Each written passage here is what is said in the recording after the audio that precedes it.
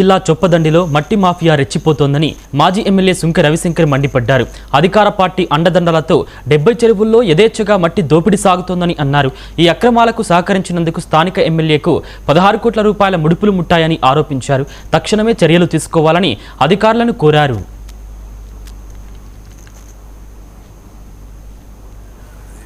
ఆయన ఎమ్మెల్యే గారి ఆశీస్సులతో అండదండలతో ఆయన అనుచరుల అరాచకత్వంతో ఇవాళ చొప్పదండి చెరువులలో మట్టి దోపిడీ జరుగుతూ ఉంది.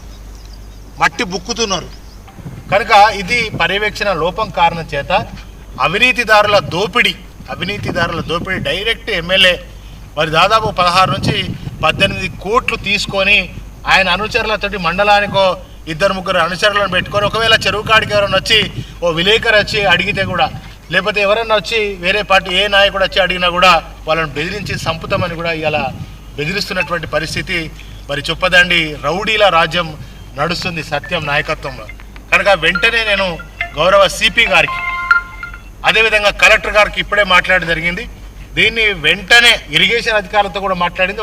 వాళ్ళకి అసలు ఇన్ఫర్మేషనే సరిగా లేదు, ఎంత ఇచ్చినామో పర్మిషనే ఎంత ఇచ్చినామో అనేది కూడా వాళ్ళకి తెలుస్తలేదు. కనుక మీరు వెంటనే చెరువులన్నీ విజిట్ చేయండి, వెంటనే వీటి మీద చర్య తీసుకొని క్రిమినల్ కేసులు పెట్టాలి, వీళ్ళ మీద వెంటనే యాక్షన్ తీసుకొని